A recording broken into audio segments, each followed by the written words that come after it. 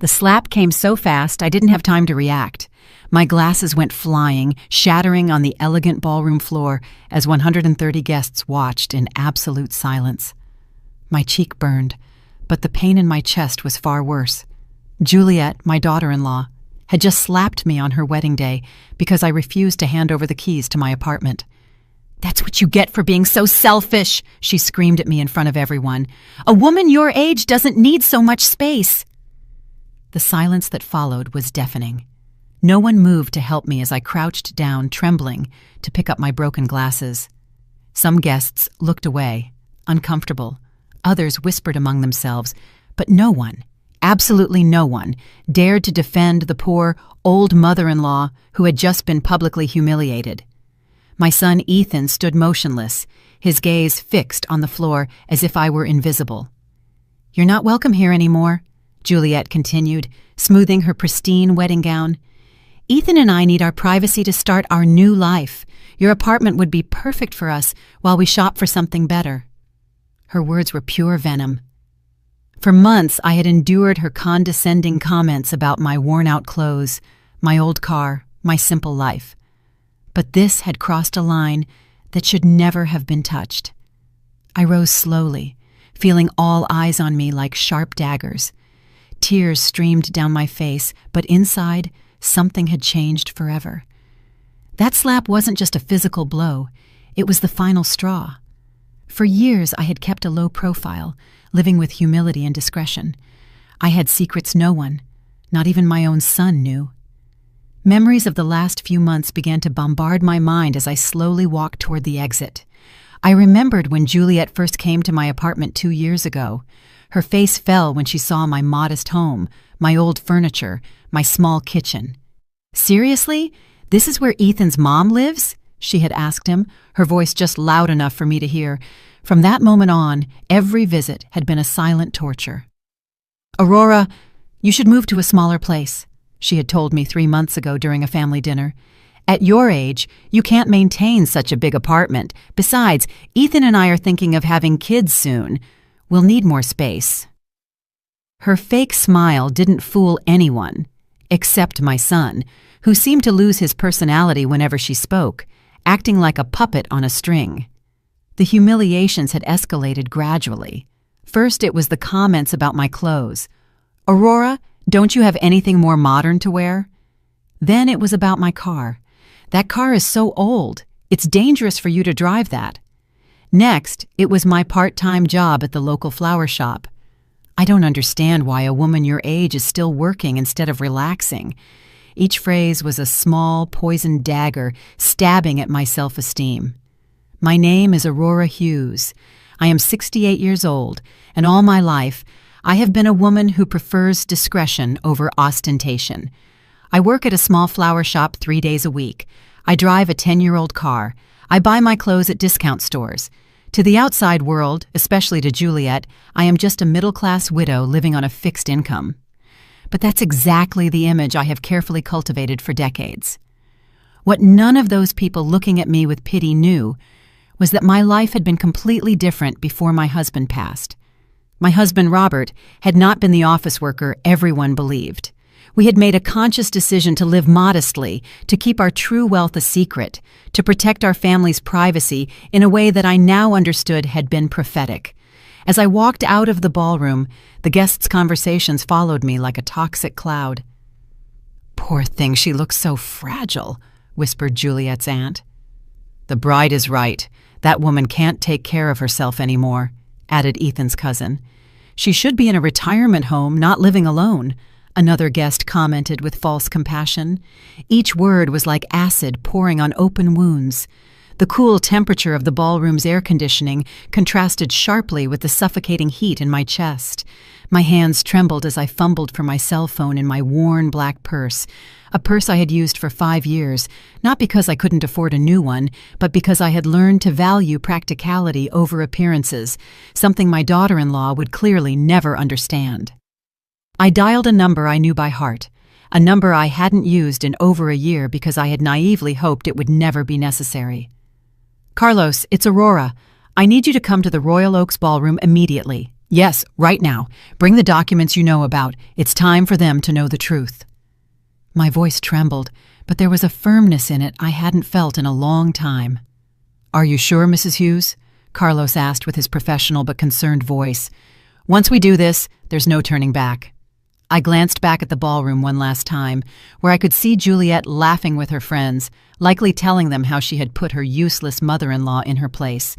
Ethan was by her side, smiling weakly, showing not a single ounce of remorse for what he had just witnessed. Completely sure, I replied. 30 minutes, Carlos, no more. I hung up the phone and walked toward my car with determined steps. For the first time in years, I was going to drop the mask I had used to protect my family. For the first time, they were going to meet the real Aurora Hughes. And when that happened, when reality hit their perfect fake worlds, they would understand the true meaning of the word regret. The parking lot was quiet, lit by streetlights that cast long shadows between the cars. I sat in my old sedan and waited. 30 minutes for their lives to change forever. 30 minutes for them to discover they had made the biggest mistake of their lives by humiliating the woman who had secretly been taking care of them more than they could ever imagine. While I waited in my car, memories of how I had reached this moment began to flood my mind like an unstoppable avalanche. It had all started exactly 2.5 years ago, when Ethan came to my apartment with that nervous smile I knew so well from when he was a boy. "Mom, I want you to meet someone very special," he had told me. And there she was, Juliet, with her perfectly styled hair, her designer clothes, and that smile that didn't reach her eyes. From the very first moment, I knew something wasn't right. The way she looked at my apartment, evaluating every corner with thinly veiled disdain, told me everything I needed to know about her intentions. "How cozy," she had murmured as she looked at my secondhand furniture and my sun-faded curtains. Her tone suggested the opposite. Ethan, completely blinded by what he believed was love, didn't notice the condescension in her voice. That first dinner had been a silent disaster. Juliet barely touched the food I had lovingly prepared, claiming she was watching her figure. When I asked her about her family, she gave evasive answers, but not before asking me about my financial situation with a curiosity that I found alarming. "And how do you manage on a widow's pension, Aurora? It must be hard to get by on so little money," she had said with fake concern. What Juliet didn't know was that I had been observing her as much as she had been observing me. Over the next few months, I began to notice patterns that put me on high alert. Every time they visited my apartment, she would make comments about how outdated everything was, about how I deserved something better in my golden years. But her eyes always lingered on the details that really mattered. The prime location of the building, the panoramic view from my balcony, the size of the rooms. One day, while Ethan was in the bathroom, I heard her speaking softly on the phone in my kitchen. "Yes, Mom, his mom's apartment is in a super expensive area. If I can get her to move to a smaller place, we could stay here until we have our own place. She's so naive, she'll probably even thank us for helping her with the transition." Her words cut through me like a knife, but I maintained my composure when she returned to the living room, feigning innocence. From that moment on, every interaction with Juliet became a carefully orchestrated performance on both our parts. She played the concerned daughter-in-law, worried about her mother-in-law's well-being, while I pretended to be the vulnerable old woman who needed guidance. But inside, I was gathering information, observing her moves, understanding her true motivations. It was like a game of chess where we both thought we were winning. The following months brought a gradual escalation in her attempts at manipulation. First, there were the subtle suggestions. "Aurora, I've seen some lovely apartments for people your age, with all-inclusive services and no maintenance worries." Then came the more direct pressures. "You can't keep living alone at your age.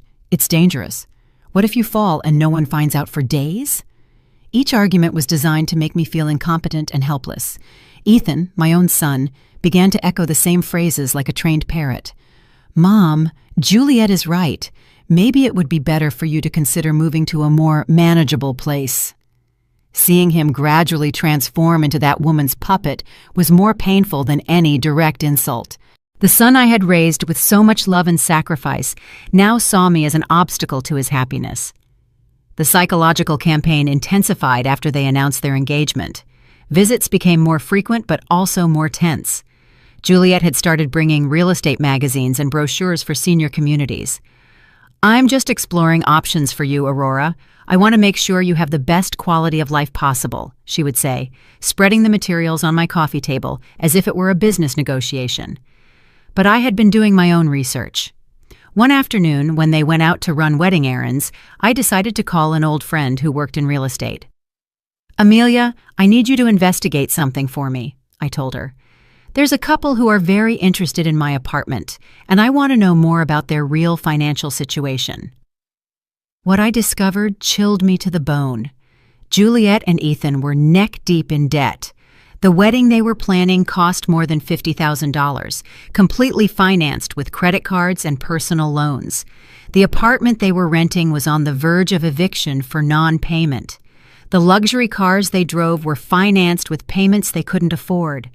Their lifestyle was a facade built on suffocating debt. Everything started to make sense. The rush to get married, the insistence that I move, the constant comments about my economic vulnerability. It wasn't love that had united this couple. It was the desperate need to find a solution to their financial problems. And my apartment, located in one of the most exclusive areas of the city, was their lifeline. The revelation hit me like a slap to the soul. My son, the boy I had raised with values of honesty and hard work, had chosen the easy path of manipulation and deceit. He had allowed an ambitious woman to convince him to see his own mother as a resource to be exploited instead of a person to be loved and respected. In the weeks leading up to the wedding, their attempts became more aggressive. "Aurora, you can't keep being so selfish," Juliet had said to me just 3 days before the ceremony. "Ethan and I have sacrificed so much for this marriage. The least you can do is help us with housing." Her words no longer even wore the mask of fake concern. It was a direct demand disguised as a family favor. That night, I had made a decision that would change everything. I called Carlos, my financial advisor, and the only man I had completely trusted since my husband Robert's death. "Carlos, I need you to prepare some documents. It's possible I'll very soon have to reveal information I've kept secret for years." His voice had become serious immediately. "Mrs. Hughes, are you sure this is the right time?" He had warned me with the wisdom of someone who had handled my affairs for more than a decade. "Once this information is public, you can't take it back. The consequences could be devastating for family relationships." But I had already made up my mind. The family I had tried to protect with my silence had chosen to betray me. And now, sitting in my car in the ballroom parking lot, waiting for Carlos to arrive with the documents that would change everything, I realized the moment of truth had come. 25 more minutes, and Juliet, Ethan, and all those guests who had looked at me with pity would discover who Aurora Hughes really was. 25 more minutes, and their perfect worlds built on lies and greed would crumble like sandcastles. The night breeze rustled the tree leaves around the parking lot, creating dancing shadows under the lights. It was strangely poetic that on such a beautiful night, so many illusions were about to die forever. 20 minutes had passed since my call to Carlos, and every second felt like an eternity. From my car, I could see the golden lights of the ballroom, hear the cheerful music and laughter spilling out of the open windows. It was surreal to think that in just a few minutes, that celebration would turn into a nightmare for the main players. I closed my eyes and let the most painful memories of the last few months flood my mind. I needed to remember exactly why I had reached this point of no return. The biggest humiliation had happened just 2 weeks before the wedding, during what Juliet had called an important family meeting. She had arrived at my apartment, accompanied not only by Ethan, but also by her parents, a perfectly planned ambush. "Aurora, we want to talk to you about your future," Juliet's mother, an haughty woman who looked at me as if I were a bothersome insect, had begun. "We believe it's time for you to make responsible decisions about your life," continued Juliet's father, a burly man who had surveyed my apartment with the eyes of an appraiser evaluating a property. "At your age, living alone in such a big place is not only unnecessary, but dangerous. What if you have a medical emergency and no one finds out for days? Their words were rehearsed, too perfect to be spontaneous. Ethan had remained silent throughout the conversation, nodding occasionally like a well-trained puppet. Seeing him there, sitting next to a family that treated me like an obstacle, was like watching the son I had raised die before my eyes. "Mom," he finally said, in a voice I no longer recognized. "They're right. Juliet and I have been talking, and we think it would be better for everyone if you moved to a place more appropriate for your age." "Appropriate for my age?" I repeated, feeling the anger begin to boil inside me. "And who gets to decide what's appropriate for me? You?" Juliet's mother exchanged a knowing look with her husband, as if my words confirmed something they had already discussed. "Aurora, we understand this can be difficult to accept, but you must think about what's best for Ethan and Juliet." "What's best for them?" I murmured, beginning to understand the true dimension of the conspiracy that had been woven behind my back. "And I suppose my apartment would be perfect for them to start their married life, right?" The awkward silence that followed my question was all the answer I needed. They had planned every detail of this conversation, every argument, every psychological pressure. Juliet took control at that moment, deploying her full arsenal of emotional manipulation. "Aurora, it's not just about the apartment, it's about your well-being. We've been doing research, and we found a wonderful residence for people your age. It has 24-hour medical services, social activities, prepared meals. You could make friends with people who understand what you're going through." Her fake smile made me nauseous. "What I'm going through?" I asked, feigning confusion. "And what exactly do you think I'm going through, Juliet?" She looked at Ethan for support before answering. "Well, loneliness, financial uncertainty, the fear of not being able to take care of yourself. It's normal at your age, Aurora. You don't have to be ashamed of needing help." The audacity of this 28-year-old woman telling me what was normal at my age left me speechless for a moment. But then I saw something in her eyes that chilled me. The absolute certainty that she had a right to my life, my home, my decisions. To her, I was no longer a person with autonomy, but an obstacle to be removed with as little resistance as possible.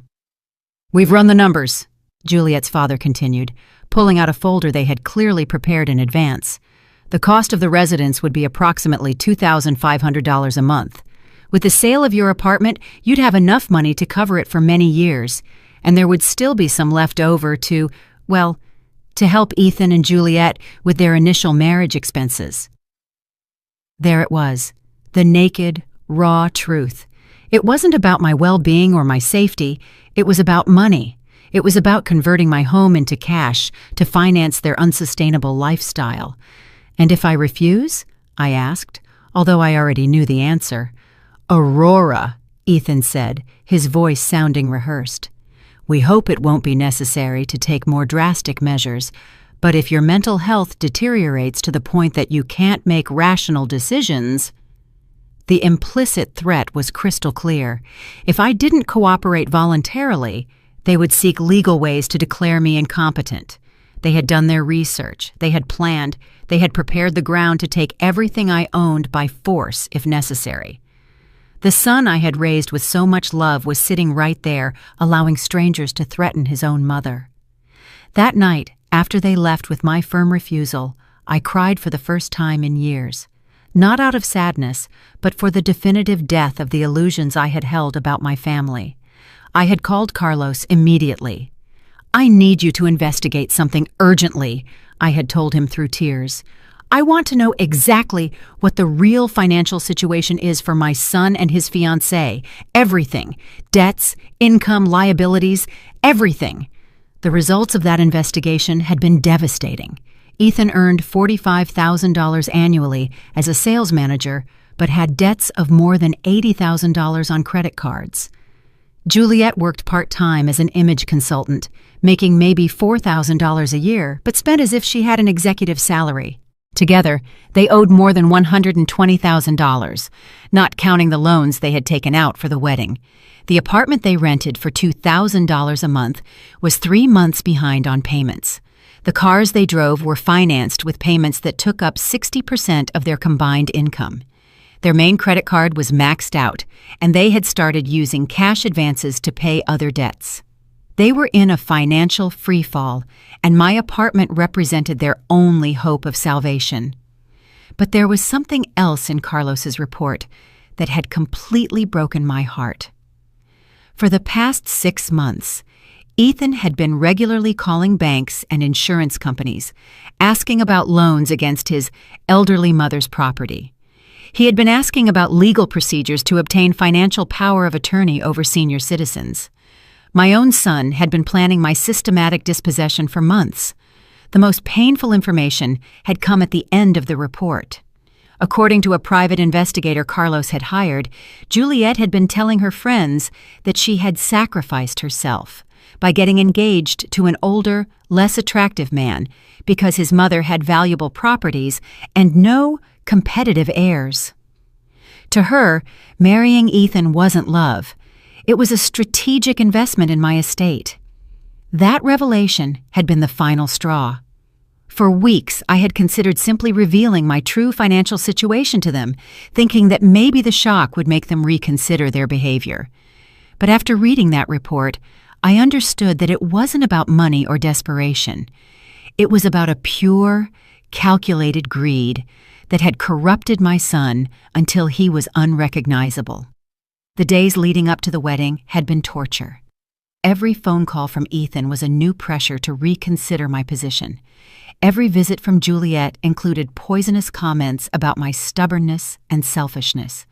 They had started to treat me as if I were already a senile old woman whose opinions didn't matter. The night before the wedding, Ethan had made his last attempt. "Mom, tomorrow is the most important day of my life. Please don't ruin it by being difficult. Juliet just wants what's best for all of us." His words had been the final confirmation that I had lost my son forever. The man who was getting married the next day was no longer the boy I had raised with so much love and sacrifice. And now, sitting in my car waiting for Carlos, I realized that everything had led to this inevitable moment. It wasn't about revenge or cruelty, it was about justice. It was about showing them the consequences of their actions. It was about teaching them that some lines should never have been crossed. 15 more minutes, and everything would change forever. My hands trembled as I dialed the number for Joseph, my neighbor from the apartment next door, a 70-year-old man who had been a silent witness to all the tense visits of the last few months. "Joseph, it's Aurora. I need to ask you for a very important favor," I said, my voice shaking. "Could you go to my apartment and bring me the brown folder from the second drawer of my desk?" "Yes, right now. It's urgent." Joseph had been like a brother to me since Robert passed away, and I knew I could trust him without him asking questions. While I waited, I remembered the conversation I had with Joseph just a week earlier. He had witnessed from his balcony when Juliet arrived with a real estate appraiser without notifying me. "Aurora, that girl brought a man with a briefcase who was measuring your apartment from the outside," he had told me with obvious concern in his voice. "When they saw me, they left quickly. I don't like what's happening at all." Joseph had been the first to notice the subtle changes in Ethan's behavior over the last few months. "Your son doesn't greet me like he used to," he had observed. "He used to stay and chat with me when he came to visit. Now he rushes in and out as if he's ashamed of something." His words had confirmed what my heart already knew. I had lost my son long before the slap that night. The folder I had asked Joseph for contained documents no one in my family had ever seen.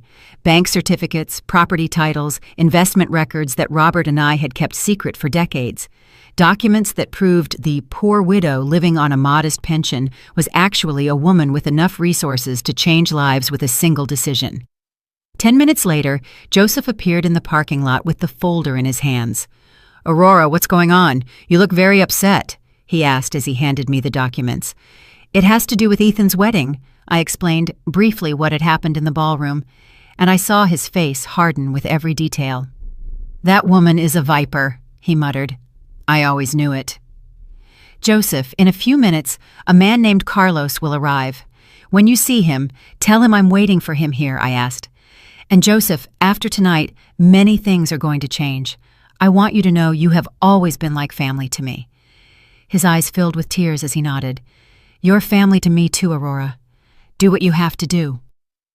As Joseph returned to the building, I opened the folder and began to review documents I hadn't looked at in months. The first was a bank statement showing a balance of $5,400,000 in an investment account. The second was the property title for a downtown office building that generated monthly rent of $50,000. The third was the deed to a beach house I had bought as an investment 10 years ago. Robert had been a genius at investments, starting with a small import business and turning it into a silent empire. Together, we had made the decision to live modestly to protect our privacy and our family's security. "Visible wealth attracts problems," Robert used to say. "Invisible wealth gives you power." I never imagined I would have to use that power against my own son. Each document in that folder represented years of hard work and smart decisions. The flower shop where I worked 3 days a week wasn't because I needed the money, but because I liked to stay active and connected to the community. The old car I drove wasn't due to economic limitations, but because I had learned that unnecessary ostentation only brings problems. My apartment, the one Juliet so coveted, was actually the least valuable property in my portfolio. I had bought it not for its economic value, but for the memories it held. It was where Robert and I had spent our last years together, where we had planned our future, where he had passed away in my arms after a brave battle with cancer. But there was something else in that folder that would change everything for Ethan and Juliet. For the last 3 years, since my son had started having financial problems, I had been secretly paying many of his debts. The credit card payments he thought came from a work bonus were actually coming out of my account. The special discount on his rent that he had negotiated with his landlord was money I transferred monthly. Without Ethan knowing, I had been subsidizing his irresponsible lifestyle for years. The luxurious apartment he lived in, the car he drove, even some of the expenses for the wedding that was taking place at that very moment had been made possible by my secret financial support.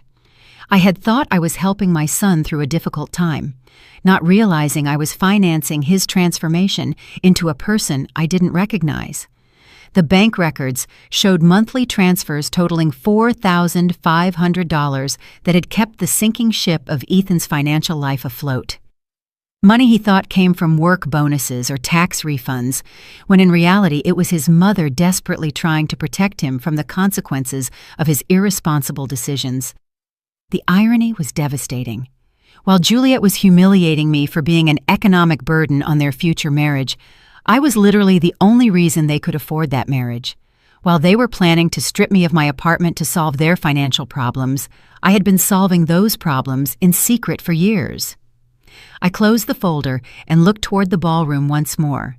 The lights were still shining, the music was still playing, the guests were still celebrating, but in less than 5 minutes, Carlos would arrive with the final documents I needed. In less than 5 minutes, the process of cutting all the financial threads I had used to protect a son who had chosen to betray me would begin. This is not revenge, I reminded myself. This is justice.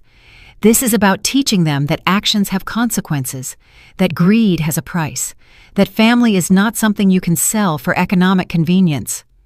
I had tried to protect Ethan from reality for too long, and that protection had corrupted him until he was unrecognizable. Headlights of a car approached the parking lot, illuminating the night with a white light that momentarily blinded me. It was Carlos, punctual as always, arriving with the documents that would change everything forever. I got out of my car and walked toward him, feeling how each step took me further away from the Aurora I had been and closer to the woman I needed to become. "Mrs. Hughes," Carlos said as he got out of his car, a legal brief under his arm. "Are you completely sure about this? Once we go in there will be no way to undo what is about to happen." I looked toward the ballroom one last time, where my son and his new wife were probably still celebrating their victory over the useless old woman they had just humiliated.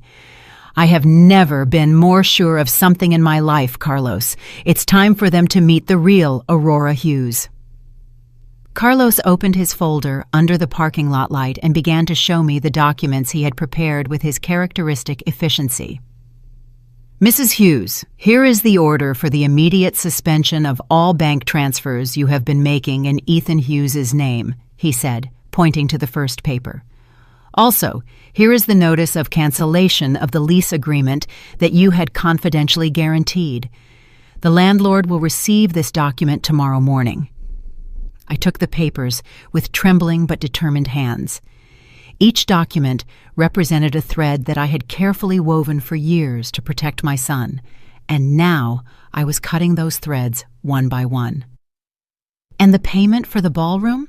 I asked, although I already knew the answer. "Cancelled," Carlos confirmed. "The deposit you had guaranteed will be withdrawn tonight. They will have until tomorrow to find an alternative form of payment." The magnitude of what I was about to do hit me like a cold wave.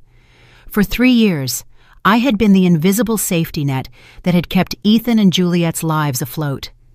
The apartment they lived in, the car he drove, even the wedding that was taking place at that very moment had all been made possible by my secret financial support. And now, in a single night, I was going to withdraw all that support definitively.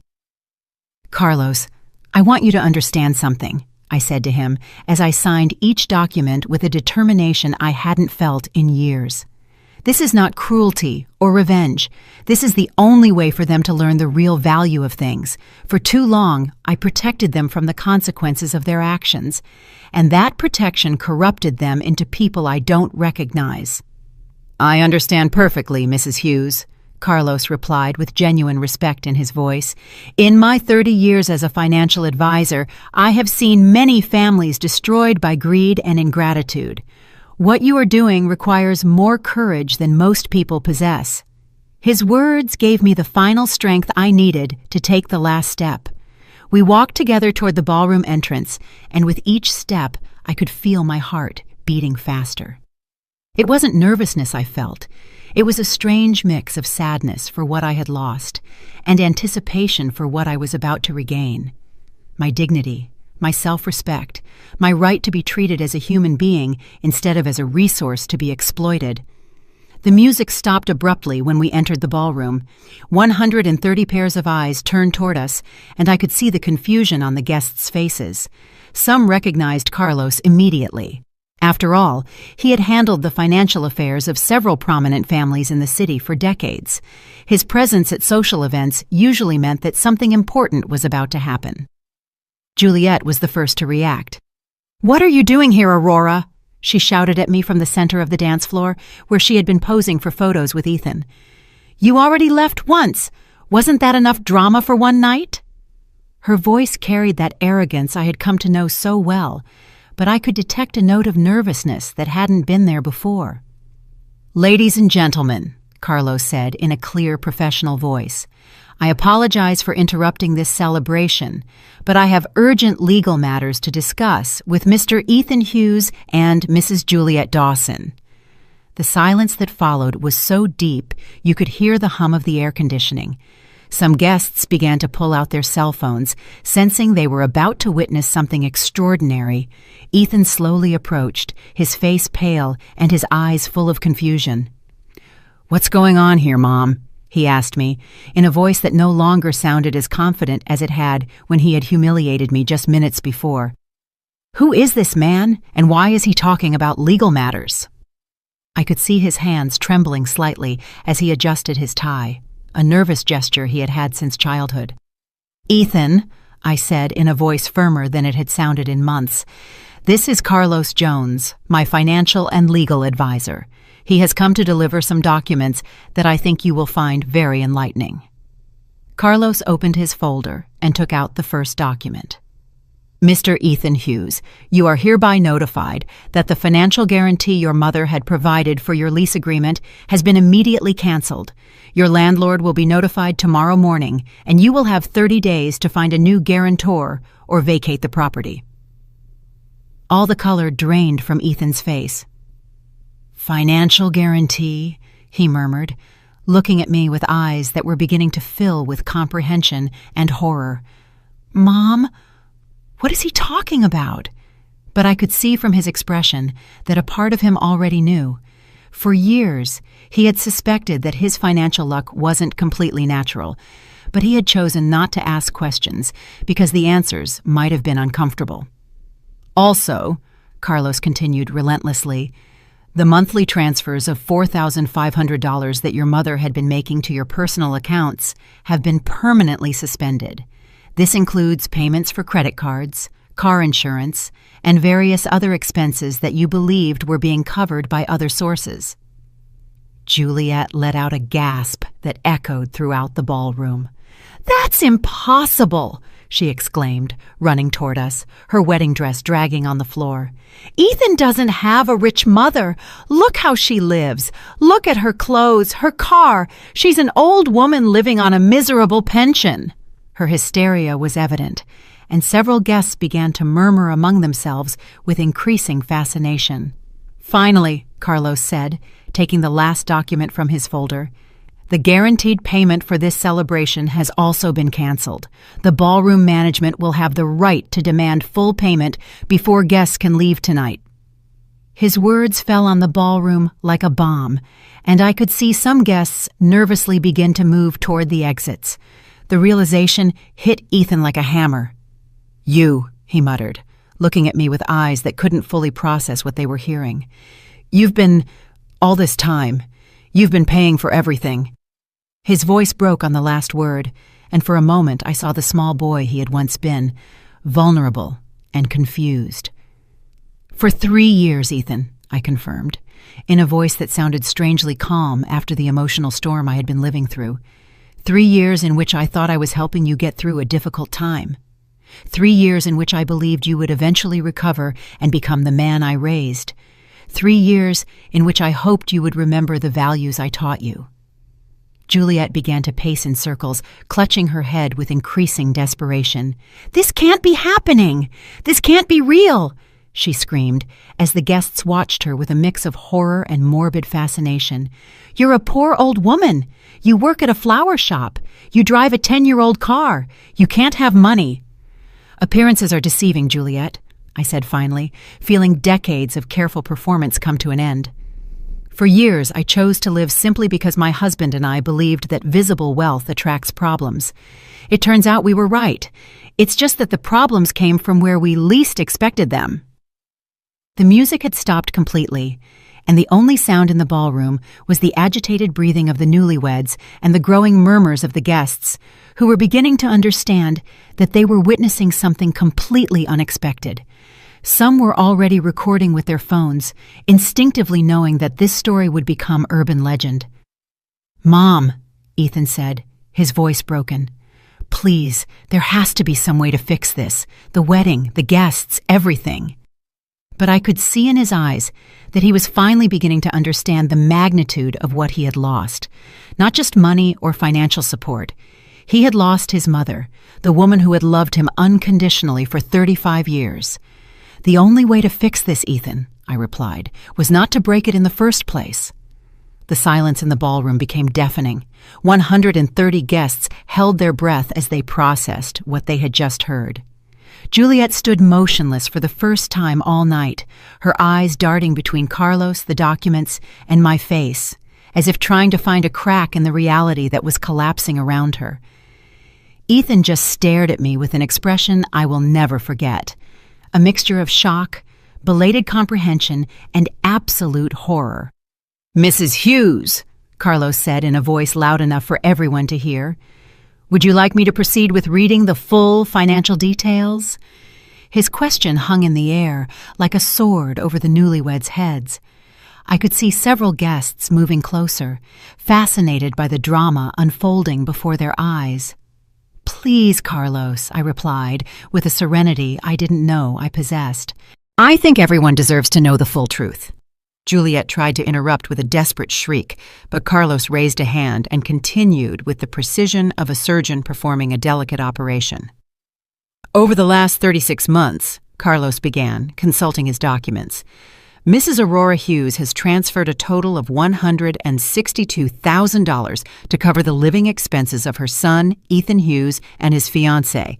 This includes $48,000 for rent payments, $44,000 for credit card payments, $18,000 for vehicle insurance, and $22,000 for miscellaneous expenses. A collective murmur swept through the ballroom. Some guests exchanged glances of astonishment. Others pulled out calculators on their phones to verify the figures. Juliet's mother, who had remained seated at the head table throughout the confrontation, slowly stood up, her face completely pale. Furthermore, Carlos continued relentlessly, Mrs. Hughes personally guaranteed the total cost of this celebration, including the ballroom, food, music, flowers, and photography, for an amount of $53,000, money which, as I mentioned earlier, is no longer available to cover these expenses. Juliet finally found her voice, but what came out was more of a wail than coherent words. This is impossible. It's a lie. No one can have so much money and live like a pauper. She turned to the guests as if looking for support, but found only fascinated faces, and some who were clearly amused by her desperation. "My dear Juliet," I said with a calm that contrasted dramatically with her hysteria, "you have just learned a very valuable lesson about judging people by appearances. For years, I chose to live simply because my husband Robert and I valued privacy above ostentation. It turned out to be a very wise decision." Ethan finally reacted, approaching me with hesitant steps. "Mom, please, there has to be an explanation. There has to be a way to resolve this. You can't destroy my life like this." His voice broke on the last word, and for a moment, I felt a pang of maternal pain that almost made me waver. "Destroy your life?" I repeated, feeling the anger begin to boil inside me again. "I'm destroying your life? Wasn't it your wife who slapped me in front of 130 people? Wasn't it you who stood by without saying a word while I was being humiliated? Wasn't it you who planned to strip me of my home?" The truth of my words resonated in the ballroom like church bells. Several guests nodded, clearly remembering the scene that had started all this drama. Some even had videos on their phones of the slap Juliet had given me, digital evidence of the cruelty that had triggered this revelation. "But that was different," Ethan muttered, though his voice lacked conviction. "We didn't know. We didn't understand. We thought you really needed help." His excuses sounded pathetic even to himself, and I could see some guests exchanging looks of contempt. "You didn't know?" I asked, my voice rising for the first time all night. "You didn't know you were planning a family ambush to pressure me into selling my home? You didn't know you had brought a real estate appraiser without my knowledge? You didn't know you had been investigating legal ways to declare me incompetent if I didn't cooperate?" With each question, Ethan's posture shrank. Carlos took advantage of the moment to pull another document from his folder. "Mr. Hughes, I must also inform you that your mother has decided to amend her will. All assets that were previously designated for you to inherit have been redirected to charities dedicated to protecting seniors from family abuse." The impact of this declaration was like a silent explosion. Juliet staggered backward as if she had been physically hit. "You can't do that!" she shrieked, her mask of composure finally falling completely. "We're your family. Ethan is your only son. You can't disinherit him over a stupid fight." "A stupid fight," I repeated, letting the words hang in the tension-filled air. "Is that how you describe a family conspiracy to strip an old woman of her home? Is that how you justify slapping your husband's mother on her own wedding day?" My voice had turned icy, and I could see some guests flinch. Juliet's father, who had remained silent throughout the confrontation, finally approached with an expression of poorly disguised panic. "Mrs. Hughes, I think we're all a little upset by the emotions of the day. Maybe we could discuss this in private when things have calmed down a bit." His tone was that of a man who had just realized he had bet on the wrong horse. "There's nothing to discuss in private," I replied firmly. "Everything I had to say has been said here, in front of the same people who witnessed my humiliation. You chose to make this public, so my response will be public." The guests' heads moved between us as if watching a tennis match, absorbed in every exchange.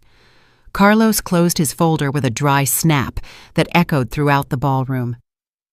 "Mrs. Hughes, all documents have been delivered and explained. The legal effects will begin immediately." He turned to Ethan and Juliet with a professional expression, but not without a certain satisfaction. "I suggest you contact your own legal and financial advisors as soon as possible." Juliet finally collapsed. She literally dropped into a nearby chair and began to cry with uncontrolled sobs that echoed through the ballroom. "Everything is ruined," she murmured through her tears. "Everything we planned, everything we worked for, it's all destroyed." Her wedding dress, once immaculate, was now wrinkled and stained with tears. "No," I said, approaching her for the first time since the slap. "What's destroyed are the lies, the greed, and the lack of respect. What's destroyed is the illusion that you can treat people like objects and expect there to be no consequences." I stopped in front of her, forcing her to look up. "This is what happens when you mistake kindness for weakness." Ethan went to his wife and placed a trembling hand on her shoulder. "Juliet, we have to find a way to fix this. There has to be something we can do."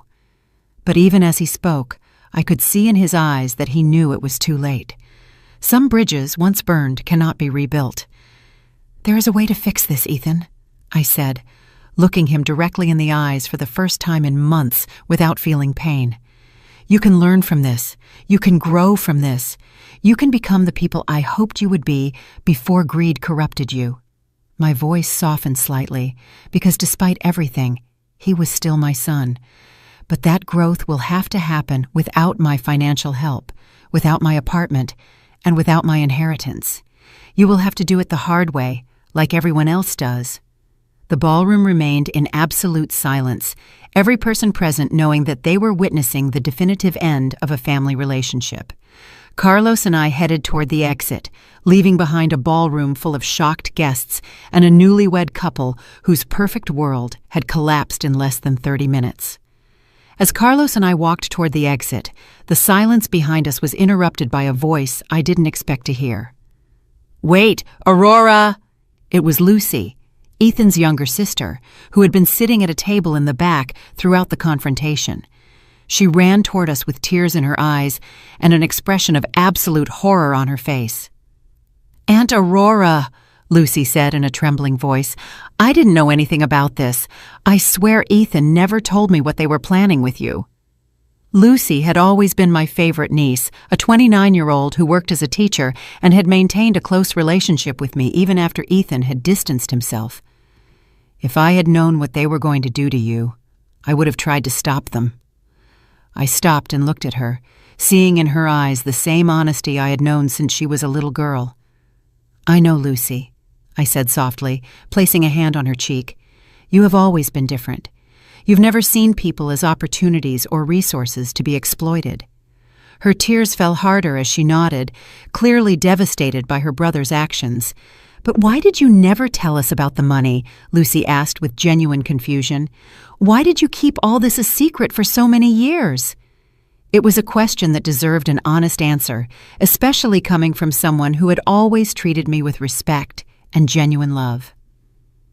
"Because your Uncle Robert and I learned a long time ago that money changes people," I explained, as some guests discreetly moved closer to listen.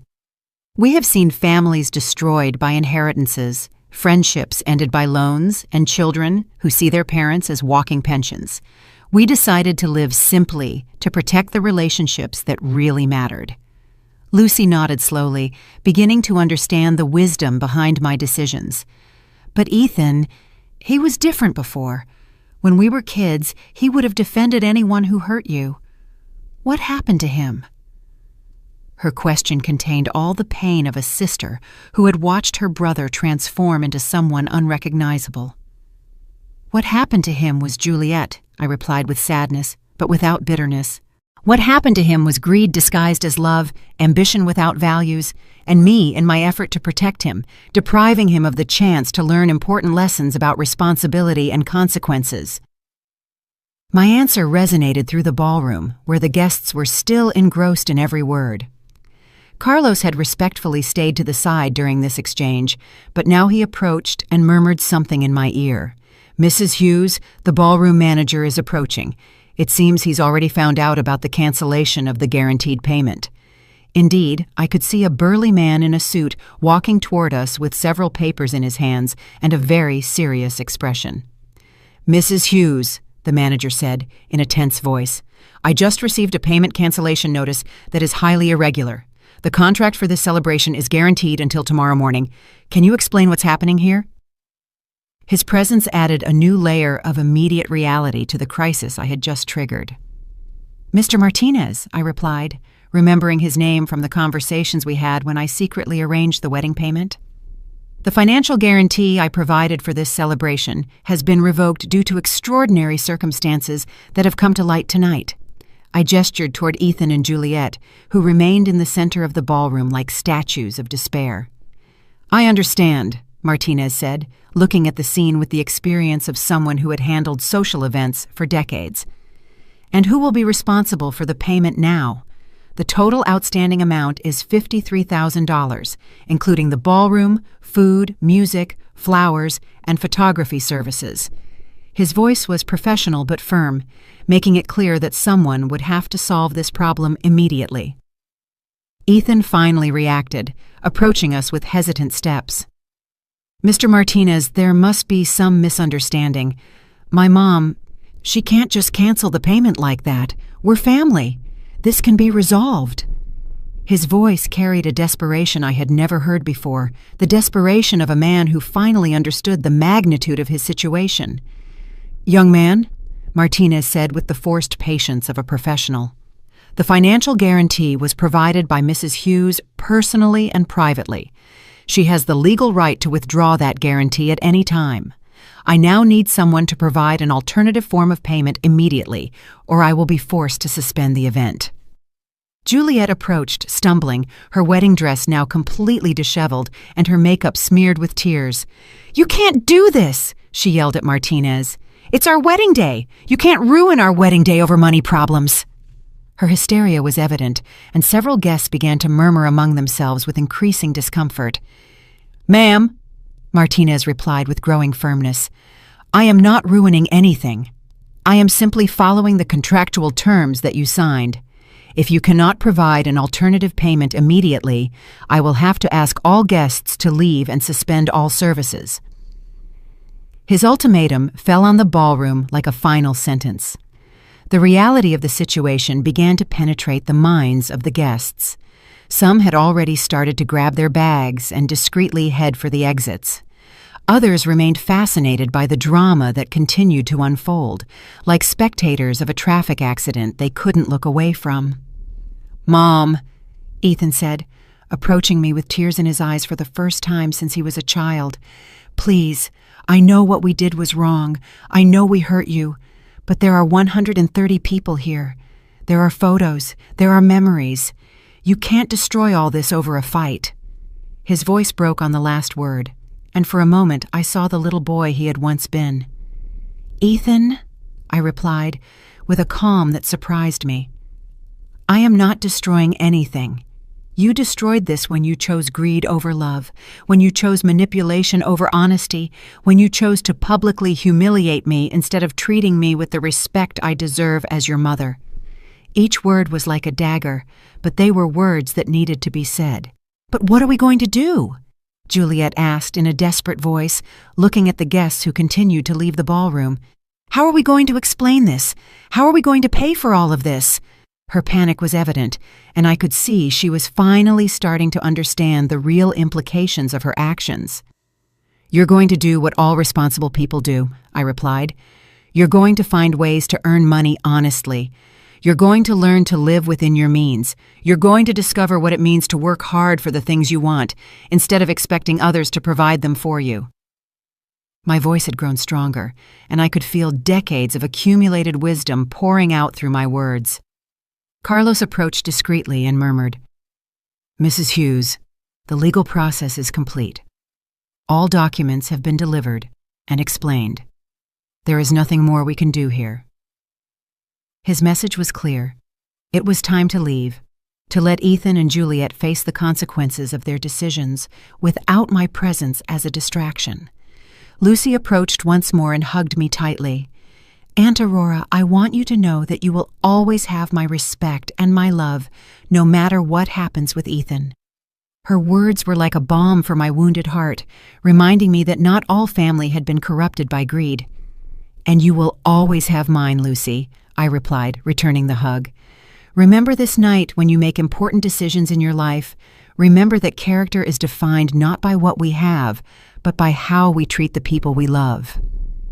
Her tears soaked my shoulder as she nodded, completely understanding the lesson that was unfolding before her eyes. Martinez approached again, this time with greater urgency. "Ladies and gentlemen, I need an immediate resolution. I have other commitments tonight, and I cannot keep staff here indefinitely without a guarantee of payment." His professional patience was finally running out, adding additional pressure to an already desperate situation. "You have my phone number," I said to Ethan and Juliet for the last time. "When you are ready to have a real conversation about respect, values, and responsibility, when you have learned what it means to earn things for yourselves, when you can look me in the eye and offer me a genuine apology for what you did to me tonight, then we can talk. But for that," I added, looking at them directly, "first you will have to find a way to solve the mess you created here, all on your own." With those words, I turned and walked toward the exit with Carlos, leaving behind a ballroom full of chaos, despair, and the harsh reality of deserved consequences. 3 days after the wedding, my apartment had become a refuge of peace I hadn't experienced in years. Joseph had come over every morning with coffee and pastries from the local bakery, making sure I was okay after what he called the night Aurora reclaimed her dignity. His visits had been a balm for my soul, reminding me that I still had chosen family who valued me for who I truly was. The phone had rung incessantly for these 3 days. Ethan had called 37 times, leaving messages that evolved from initial anger to desperate pleading. Juliet had sent 14 text messages, each more hysterical than the last. Her parents had shown up at my door twice, demanding that I fix the mess I had caused, but I had held my ground with a calmness that surprised even myself. Carlos arrived that morning with news that, while expected, was devastating in its full scope. "Mrs. Hughes," he had told me as we drank tea on my balcony, "I have received reports from all fronts. Ethan and Juliet were evicted from their apartment yesterday morning. The ballroom has initiated legal proceedings to recover the $53,000 owed. Their credit cards have been canceled for non-payment." "And where are they living now?" I had asked, although a part of me already knew the answer. "With Juliet's parents," Carlos replied. "Apparently, it's a 2-bedroom apartment where 3 people already live. The situation is tense, according to my sources." His expression suggested that tense was a very conservative description of reality. That afternoon, while I was watering my plants on the balcony, I saw a familiar car park in front of the building. It was Lucy, but this time she wasn't alone. With her was Amelia, my old friend from the real estate sector. And to my surprise, Joseph got out of the back seat. "Aurora!" Lucy yelled from the sidewalk. "We need to talk to you. There are things you need to know." When they arrived at my apartment, their faces wore a mixture of urgency and concern that immediately put me on alert. "Aunt Aurora," Lucy began, "I've been investigating some things since the wedding night, things I think you need to know before it's too late." She sat on my couch with a folder in her hands that looked as official as the one Carlos had carried to the ballroom. "Too late for what?" I asked, pouring her some tea while trying to stay calm. Amelia cleared her throat and spoke for the first time. "Aurora, for the last 3 days, I've been doing some digging into Ethan and Juliet's financial situation. What I found goes beyond what any of us imagined. They had been planning this for more than a year," Amelia continued, opening the folder to reveal documents that made me feel sick to my stomach. I found evidence that Juliet had been consulting with lawyers specializing in mental competency cases for seniors. They had a detailed plan to legally declare you incompetent and gain control over all your properties. Joseph, who had remained silent until then, leaned forward with a grave expression. Aurora, there's more. That night, after you left the ballroom, I overheard Juliet talking on the phone with someone. She was saying that the old woman had ruined everything, but they still had Plan B. His words sent a shiver down my spine. Plan B? I repeated, feeling my stomach clench with a mixture of fear and anger. Lucy took my hand and squeezed it gently. Aunt Aurora, they've been telling everyone you've gone senile, that the scene at the wedding was evidence that you've lost touch with reality. They're building a case for a judge to declare that you can't handle your own affairs. The magnitude of their betrayal expanded before me like an infected wound. It wasn't enough to have publicly humiliated me, to have planned to strip me of my home, to have conspired against me for months. Now they were trying to use my justified response to their cruelty as evidence of mental incompetence. It was a wickedness that surpassed anything I had imagined possible. But that's not all, Amelia added, her voice trembling. I've discovered that Juliet has been spreading rumors in the neighborhood about your erratic behavior. She has visited several of your neighbors, suggesting that they should report anything concerning they observe about you. The systematic nature of her defamation campaign left me breathless. Carlos, who had returned for our scheduled meeting, entered the apartment at that moment and found the atmosphere thick with tension. Mrs. Hughes, I see you've already found out about some of the recent maneuvers. His expression was more serious than I had ever seen it. I have some additional news that confirms what your friends have discovered. Ethan filed a preliminary petition yesterday, Carlos said, pulling documents from his own folder. He is requesting that a court evaluate your mental competency based on what he calls irrational behavior and erratic financial decisions. He has provided sworn statements from several witnesses who were present at the wedding. Sworn statements? I asked, feeling the anger begin to replace the shock. What kind of statements? Carlos consulted his papers before answering. Statements describing your unjustified emotional outburst against an innocent young couple. Statements characterizing your financial decisions as vengeful and destructive. Statements suggesting that you have lost the ability to make rational decisions. Lucy squeezed my hand tighter. Aunt Aurora, they've convinced several wedding guests to sign declarations. Most of them don't really understand what was going on that night. They just saw an old woman attacking newlyweds. Her voice contained all the frustration of someone who had seen the truth but felt powerless to make it prevail. But we have good news, too, Joseph intervened with a smile that contrasted dramatically with the gravity of the situation. It turns out there are more people on your side than they imagine. He took out his own cell phone and showed me a screen that left me stunned. Joseph, what is this? I asked, looking at what appeared to be a social media video with thousands of views. Aurora, remember that several guests were recording that night? Well, some of those videos have gone viral. People aren't seeing a senile old woman attacking an innocent couple. They're seeing a dignified woman revealing the truth about years of abuse and manipulation. Amelia leaned in to look at the phone, too. Aurora, the comments on these videos are overwhelmingly in your favor.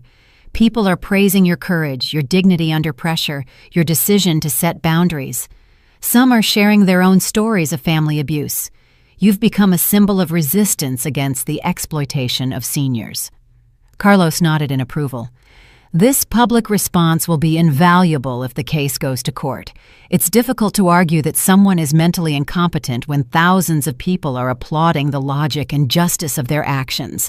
His professional smile had returned, suggesting that perhaps the legal battle wouldn't be as one-sided as I had initially feared. But there's something else you need to know, I said, making a decision I had been considering for the last 3 days. If Ethan and Juliet want to play this game, if they want to turn this into a public legal battle, then they are going to discover exactly who they're messing with. I stood up and walked to my desk, where I had been preparing my own folder of documents. For these 3 days, I have been in contact with several lawyers specializing in elder abuse.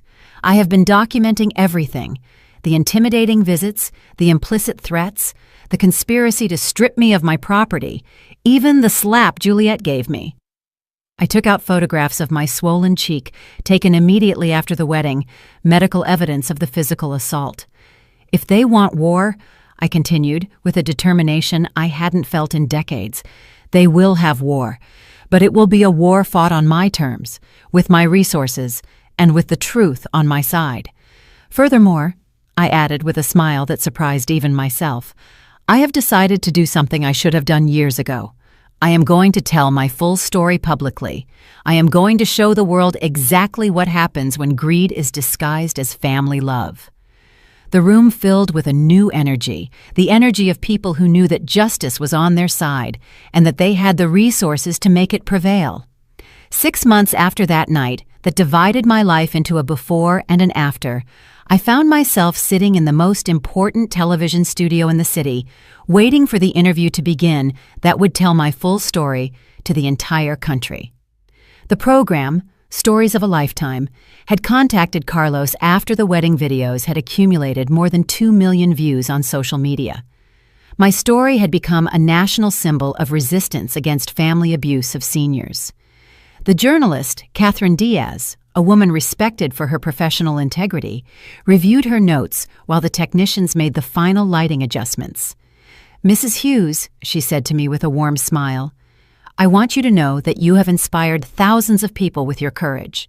We have received hundreds of letters from viewers who have lived through similar situations." During these 6 months, many things had changed.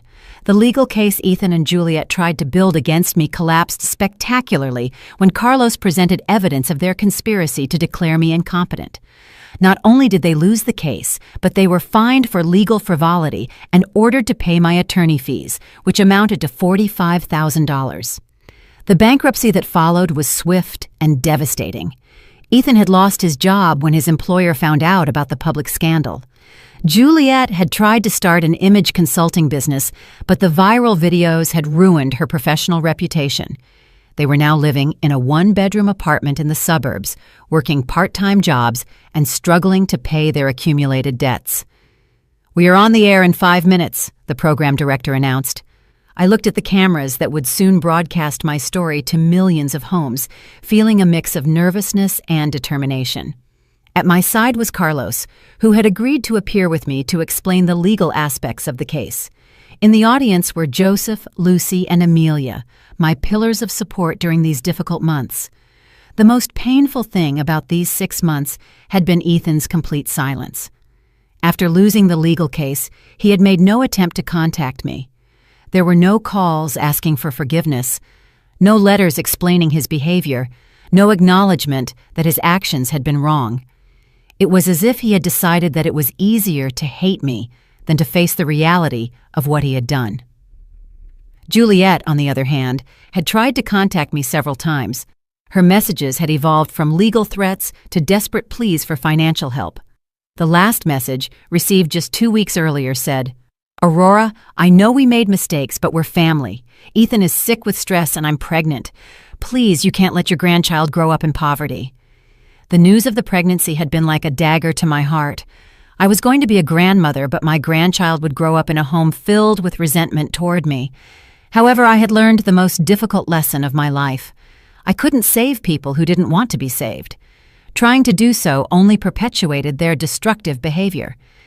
"Mrs. Hughes, we'll start in 30 seconds, Catherine informed me.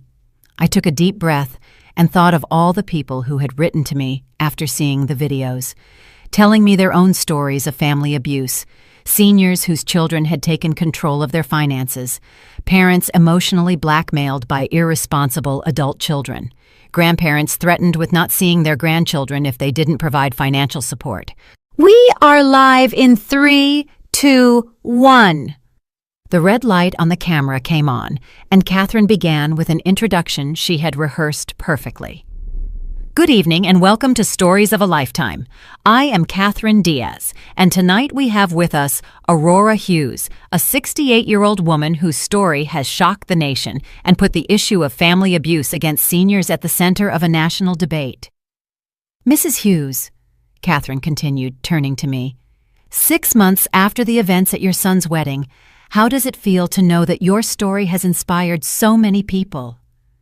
Her question was direct but compassionate, allowing me to start on my own terms. I feel grateful, I replied, feeling my voice stabilize as I spoke. Grateful that something as painful as the loss of my relationship with my son has served to help other people in similar situations. For months I felt lonely and confused, wondering if I was the one who was wrong.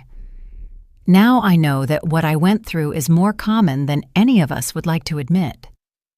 Catherine nodded and consulted her notes. Tell us about the years leading up to that night, when you started to realize that something wasn't right in your relationship with your son and his fiancée.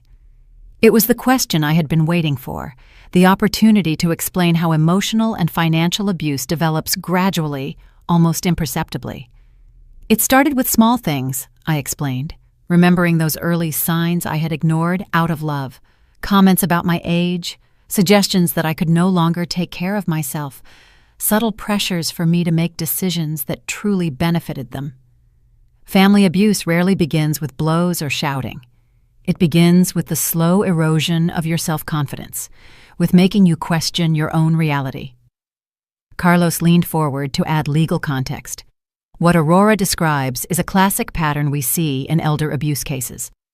The perpetrators, especially when they are family members, use psychological manipulation tactics before proceeding to more direct forms of coercion.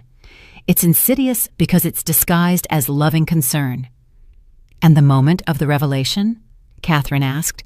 When did you decide to expose the truth about your financial situation? It was the question I knew would come, the one that required me to explain the most difficult decision of my life.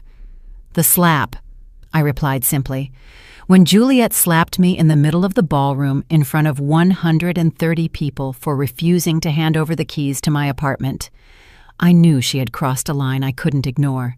In that moment, I understood that it was no longer about protecting my family from the consequences of their actions. It was about protecting myself from continuing to be abused. The interview continued for 45 minutes, covering all aspects of my story. I talked about the decision to live simply to protect my privacy, about the years of secret financial support I had provided, about the conspiracy to declare me incompetent, and about the legal battle that followed. Each answer was designed not only to tell my story, but to educate others about the warning signs and available resources. Mrs. Hughes, Catherine said near the end of the program, do you have a message for your son if he is watching this interview tonight? It was the most difficult question, the one I had been both dreading and hoping for. I looked directly into the camera, knowing there was a chance Ethan was watching. Ethan, if you are listening to this, I want you to know that I still love you. I will always love you because you are my son.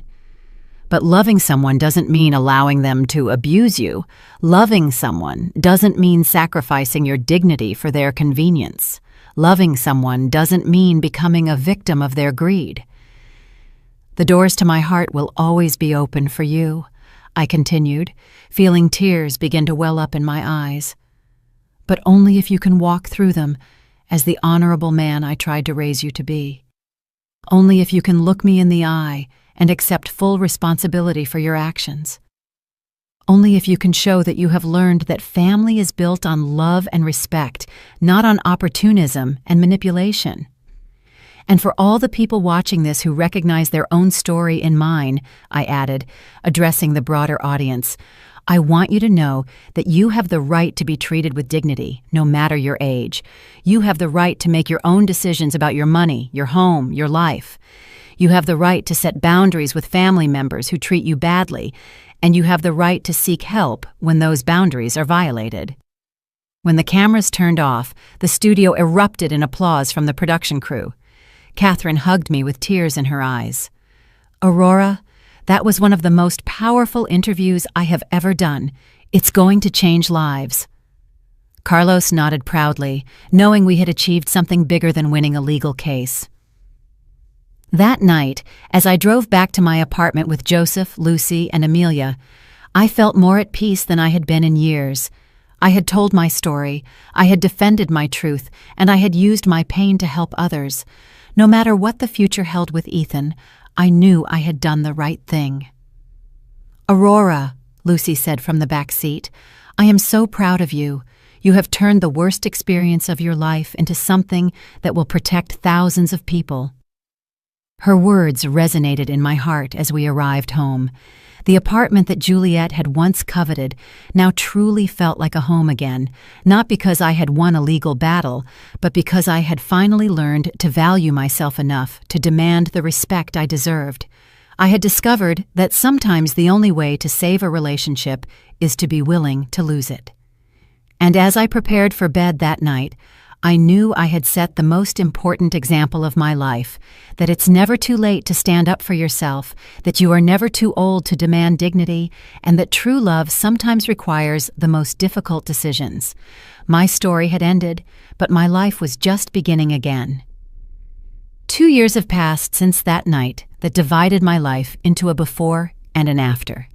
As I write these lines, I am sitting on the same balcony where I used to water my plants and reflect on the silent humiliations I thought I had to endure out of a mother's love. How different the world looks when you finally find the courage to put a price on your dignity. The morning began, like all of them have for the last 18 months, with a call from Carmen, the coordinator of the Aurora Hughes Foundation for the Protection of Seniors. Yes, I decided to use my name for the charitable organization I founded with part of my redirected inheritance. "Aurora, we have 23 new cases this week," Carmen informed me, with that mixture of sadness and determination that characterizes those of us who work in this field. All similar patterns: adult children pressuring older parents for property or money. Every case that comes across my desk is like looking into a mirror of the past. Yesterday, I reviewed the file of a 72-year-old woman whose daughter convinced her to sell her house for her own good, only to discover that the money financed a failed business and a vacation in Europe. The day before yesterday, it was a 69-year-old man whose twins emotionally blackmailed him.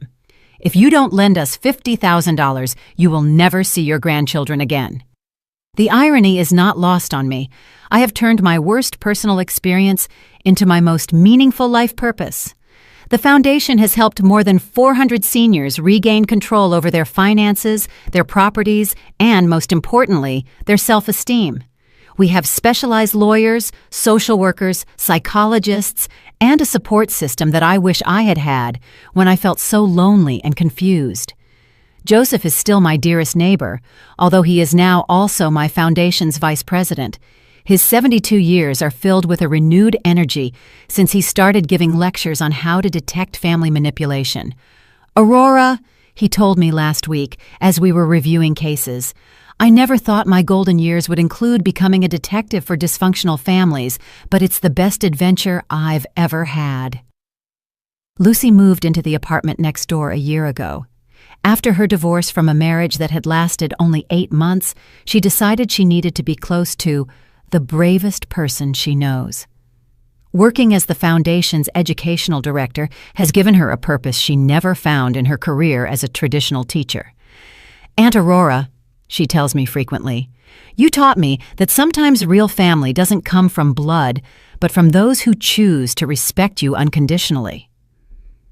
The success of my public story has brought unexpected consequences.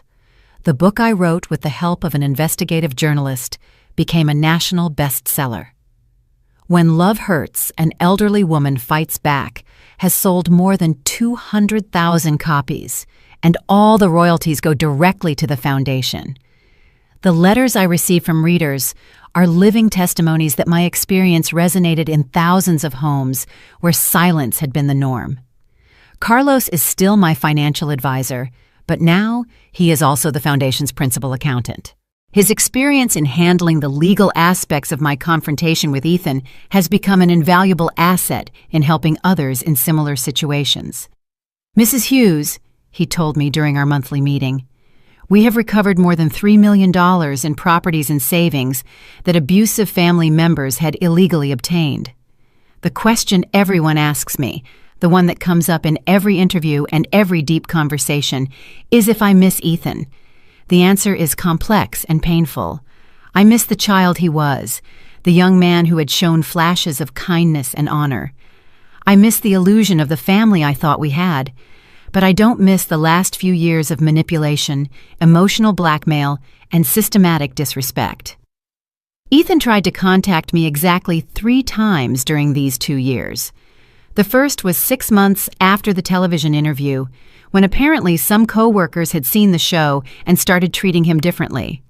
The second was when his son, my grandson Oliver, was born 14 months ago. The third was 3 months ago when Juliet left him, taking the baby and half of their meager possessions. Each time he called, it was to ask for financial help, never to offer a genuine apology or acknowledge the harm he had caused. His pattern of thought remains identical. He sees his problems as external injustices, not as consequences of his decisions. The last conversation lasted less than 5 minutes and ended when he said, "Mom, your pride is more important than your grandson." I replied with a clarity that surprised me. "Ethan, my dignity is exactly as important as my grandson, and I hope that one day he learns that lesson better than you did." It was the first time I had ever hung up the phone on my son, and it was also strangely liberating. The topic of Oliver, my grandson, is the only one that can still make me cry. He is 14 months old and does not know me. When Juliet left, she took all the family photographs, including the few I had of him. I have created a trust fund for his college education, administered by Carlos, that will be available when he turns 18, regardless of the relationship we have by then. Maybe, Amelia tells me during our weekly dinners, when Oliver is older, he will seek his own answers about what happened in his family. Maybe he will find the courage to get to know his grandmother for himself. Amelia has become my closest confidant, especially since she also had to set difficult boundaries with toxic family members a decade ago. What surprises me most about these 2 years is how much my physical and mental health have improved. During the last few years with Ethan and Juliet, I had developed chronic insomnia, constant headaches, and an anxiety that kept me in a state of permanent alert. My doctor says my current tests show the stress levels of a woman 10 years younger. Aurora, Dr. Hernandez told me during my last checkup, "It's impressive how the body responds when we eliminate sources of toxic stress. Your blood pressure is perfect, your sleep is restorative, even your posture has improved." He's right. I walk more upright. My voice sounds firmer, and my hands no longer tremble when I make important decisions. The flower shop where I worked closed a year ago, but I found a new passion in the community garden I helped establish in the building. I teach other older residents about medicinal plants and organic growing techniques. It's an activity that connects me with the earth and with people who appreciate accumulated wisdom instead of seeing it as obsolescence. My current routine includes 3 days a week at the foundation offices, 2 days visiting the homes of seniors who need emotional support, and weekends dedicated to writing my second book. This one will focus on practical strategies for detecting and preventing family financial abuse based on the cases we have handled. The apartment that was once a source of greed is now a space of peace and creativity. I have converted Ethan's old room into an office where I receive people who need guidance. The walls are filled with thank you letters, photos of families we have helped reconcile in a healthy way, and diplomas from the universities where I have given lectures. One of the most rewarding experiences of this period has been becoming a mentor to other older women who are facing similar situations. Margaret, 74 years old, came to the foundation 6 months ago after her son sold her car without permission to pay off gambling debts. We worked together for 3 months, and last week she sent me a photo of her smiling in her new car, which she bought with her own savings after recovering the money legally. "Aurora," Margaret wrote to me in her letter, "you taught me that setting boundaries is not cruelty, it's survival. You taught me that self-love is not selfishness, it's a necessity. You taught me that it's never too late to stand up for yourself." Her words reminded me why all this pain was worth it. Reflecting on these 2 years, I understand that my story does not have the traditional happy ending where the whole family reconciles and we live happily ever after. But it has something better. It has authenticity, reclaimed dignity, and a purpose that transcends my personal pain. I have learned that sometimes the greatest demonstration of self-love is to walk away from those who insist on hurting you. If I could send a message to the past, to the Aurora who walked into that wedding ballroom 2 years ago, I would say to her, "Have courage. What is about to happen will be painful, but on the other side awaits a life more authentic than you ever imagined possible. Peace awaits you, the peace that comes from knowing you will never again allow anyone to treat you as if you are disposable." Tonight, as I finish writing these reflections, I look toward the future with renewed hope. Tomorrow, I have a meeting with senators to discuss new legislation to better protect seniors from family abuse. Next week, I am inaugurating the Foundation's 3rd Regional Center. Next month, I will begin a documentary series on this topic that will be broadcast nationally. My life at 70 is richer, more meaningful, and more authentic than it was at 68. I have learned that the end of a toxic relationship is not a loss. It's a liberation. I have discovered that true family is chosen as much as it is inherited, and I have proven that it is never too late to write a new chapter in your own story. When people ask me if I regret what I did that night, my answer is always the same. Did you like my story, and which city are you listening from?